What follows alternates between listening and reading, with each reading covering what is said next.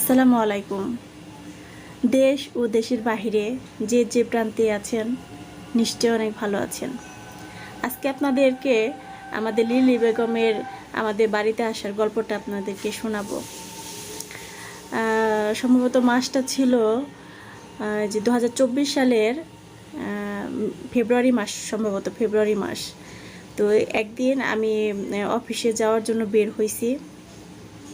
গেটের সামনে দেখলাম আমার পায়ের মধ্যে শুধু আইসা মানে ম্যাও ম্যাও ম্যাও ম্যাও শুরু করছে। মানে একটু পর পর আমি তালাটা খুলতে খুলতেই ও আমার পায়ের মধ্যে আইসা শুধু মানে ঘেঁষা দিতেছে।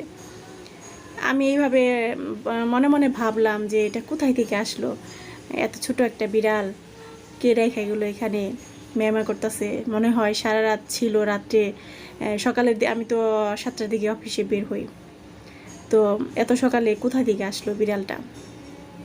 আমি চলে গেলাম অফিসে। তো রাত্রেবেলা এসে দেখি বিড়াল আমাদের বাসায়। আমি তো দেখে অবাক যে এই বিড়াল আমি রাস্তায় গেটের সামনে দেখে আসলাম, যাওয়ার সময় দেখলাম এটা কোথায় থেকে আবার আসলো আমাদের বাসায়। আমার ছেলে মেয়ে করছে কি, ওই যাওয়ার সময় স্কুলে যাওয়ার সময় গেটে দেখে গেছে, দেখছে, দেখে নিয়ে একদম 5তলার মধ্যে এই বাচ্চাটা রেখে স্কুলে চলে গেছে। আবার স্কুল থেকে আইসা এনে দেখছে যে ওইখানে ও কান্নাকাটি করতেছে। পরে বাসায় নিয়ে আসছে। বাসায় নিয়ে এসে এটার আদর যত্ন মানে করতেছে। ছোট্ট একটা বিড়াল, হয়তো ওর বয়স সম্ভবত 2 থেকে 3 মাস হবে, এরকম একটা বয়স। তো বেশ ভালো। মানে এই বিড়াল নিয়ে ও অনেক দিন ধরেই বাচ্চা, আমার ছেলে মেয়ে মানে বিড়াল পালার জন্য খুব মানে ইচ্ছা। অনেকের এই যে টিভিতে দেখে কিংবা মোবাইলে দেখে সুন্দর সুন্দর বিড়াল, প্রায় সময় বলতো আম্মু আমাদের একটা বিড়ালের বাচ্চা নিয়ে আসো বাসায়, বিড়ালের বাচ্চা নিয়ে আসো। তো আব্বু রাজি হতো না যে এই বিড়ালের বাচ্চা বাসায় কে পালবে, আমি অফিসে চলে যাই, ওরা স্কুলে চলে যায়, এটা আসলে বাসায় পালার মতো কেউ নাই। এরপর কি হলো, যাক, ও বিড়ালের বাচ্চা এখন কি খাবে, মানে খুব মানে বাড়িতে একটা এক্সট্রা একটা মেহমান আসলো আমাদের বাসায়। যেহেতু আমরা আমার ছেলে মেয়ে, আমি আমার হাজব্যান্ড ছিলাম, আমার ওই সময় আমার শাশুড়ি ছিল, আমার শাশুড়ি মারা গেছে। তো এই যে মানে এক্সট্রা একজন মানে বিড়াল, সে আমার বাসায় একজন, মানে সবার মনে একটা অন্যরকম একটা অনুভূতি যে এই যে চোখের সামনে দিয়ে হাঁটতেছে, ম্যামা করতেছে, এখন ওরে কি খাওয়াবো। কোনো সময় এরকম বিড়াল বাসা বাড়িতে পালি নাই, ওরে কী খাওয়াবো। দুধ দেই, দুধ একটু একটু করে দুধ খায়, মাছ দেই, মাংস দেই, মানে খাওয়ানোর জন্য অস্থির হয়ে গেছি আমি। সকালবেলা যা যা রান্না করি, মানে ও সবসময় তো আর প্রতিদিন মানে মাংস রান্না করা হয় না, বা প্রতিদিন মাছও রান্না করা হয় না, কিন্তু বিড়ালের জন্য একটা টেনশন থেকে যায় যে বিড়াল কি খাবে।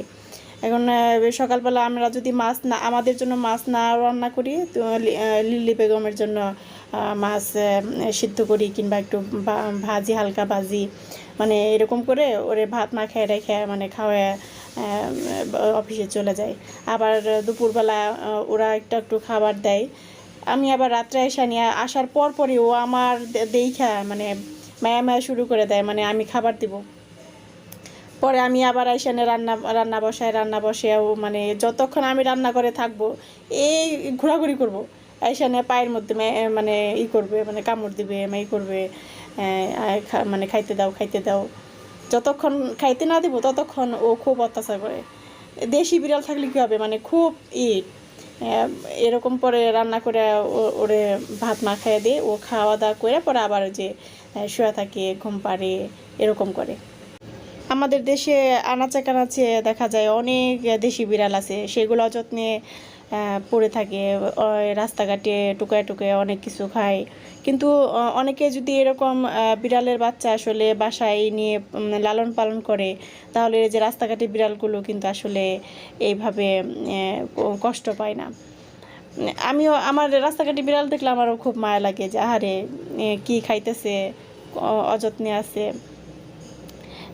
দেশি বিড়াল দেখতে আসলে খুব একটা সুন্দর না, বলতে মানে অনেকেই পছন্দ করেন না, মানে মোটা কাটা না, তারপর হচ্ছে দেখতেও খুব একটা সুন্দর না, কিন্তু আমার খুব ভালো লাগে। আমার দেশি বিড়াল এত পছন্দ, মানে দেখেন কি সুন্দর, কি মায়াবী, অনেক ভালো লাগে। ধন্যবাদ।